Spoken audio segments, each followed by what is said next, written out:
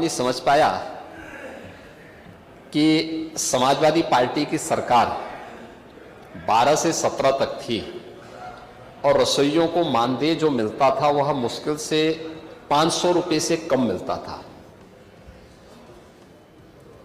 ये 3,72,000 जो रसोइया हैं, 8 घंटे एक तो उनकी सेवा नहीं होती है।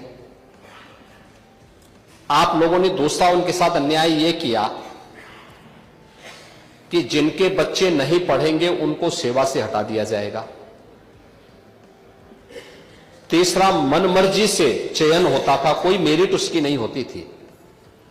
यह हमारी सरकार ने सुनिश्चित किया और 2022 में उनके मानदेय को हम लोगों ने न्यूनतम 2,000 रुपए तक किया है। ये हमारी सरकार ने किया है। आपके समय में, समाजवादी पार्टी की सरकार के समय में, ये पैसा उनको 500 रुपए से भी कम मिलता था और उसमें भी चयन में भेदभाव होता था, चाहे वह आंगनबाड़ी का हो या रसोइया का। ये सभी बेहतरीन सेवा कर रही हैं और मैं सचमुच इनका सभी का अभिनंदन करूंगा, क्योंकि फील्ड लेवल में इन्होंने कोरोना कालखंड में बहुत बेहतरीन कार्य करके अपनी सेवाओं के माध्यम से शासन की योजनाओं को प्रत्येक परिवार तक पहुंचाने के लिए बहुत अभिनंदनीय कार्य किया। और यही कारण है कि आंगनबाड़ी कार्यकर्ती हो या आंगनबाड़ी सहायक हो, इन सबके मानदेय में बढ़ोतरी भी की है। इन्हें टैबलेट से आच्छादित करने के साथ साथ इन्हें अतिरिक्त मानदेय भी मिल सके। एक तो फिक्स मानदेय है और इसके अलावा अतिरिक्त भी इनकी इनकम हो सके, इसका प्रावधान भी किया गया है। बहुत सारी आंगनबाड़ी बहुत अच्छा उसके माध्यम से पैसा कमाती है। जैसे हम लोगों ने प्रत्येक ग्राम पंचायत में, आपकी विधानसभा एक ग्रामीण पृष्ठभूमि से जुड़ी हुई विधानसभा है, और आप इस बात को देखते होंगे कि हर ग्राम पंचायत में एक पंचायत सचिवालय का निर्माण किया है। पंचायत सचिवालय का निर्माण के पीछे का उद्देश्य यह है कि ग्रामीण क्षेत्र में हम गांव को ही स्वावलंबी बना करके राष्ट्रपिता महात्मा गांधी के ग्राम स्वराज की परिकल्पना को साकार कर सके।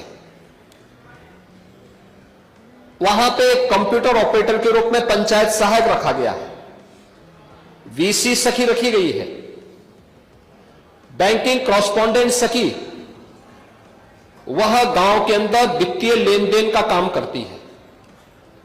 हमने 6 महीने के लिए उन्हें एक निश्चित मानदेय के साथ जोड़ा, लेकिन जब उन बैंक से उनका कमीशन बन गया तो वह अपना पैसा कमा रही है।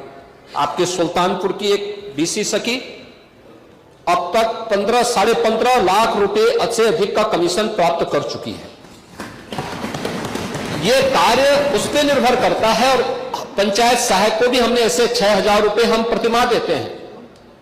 वह गांव में 6,000 रुपए तो फिक्स मानदेय प्राप्त कर रहा है, लेकिन साथ साथ जाति प्रमाण पत्र, आय प्रमाण पत्र, निवास प्रमाण पत्र, खतौनी की नकल या अन्य सभी योजनाओं से संबंधित जिन योजनाओं का वह ऑनलाइन सर्विस वहां दे रहा है, प्रति सर्विस उसको 5 रुपए अतिरिक्त भी प्राप्त होता है। तो अगर कोई कार्य करने वाला व्यक्ति होगा तो वह उसको बेहतरीन इंसेंटिव वहां मिल जाता है, जो उसके मानदेय और वेतन से बेहतरीन पैकेज होता है।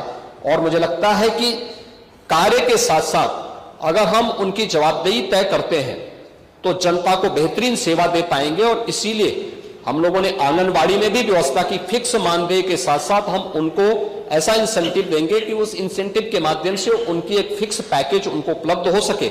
आंगनबाड़ी में भी यही किया गया है और समय आने पर जब इसके बारे में आवश्यक होगा तो अवश्य सरकार इसके बारे में विचार करेगी कि जिन लोगों ने बेहतरीन कार्य किया है उनको बेहतरीन मानदेय या उनको उस प्रकार का पैकेज भी प्राप्त हो।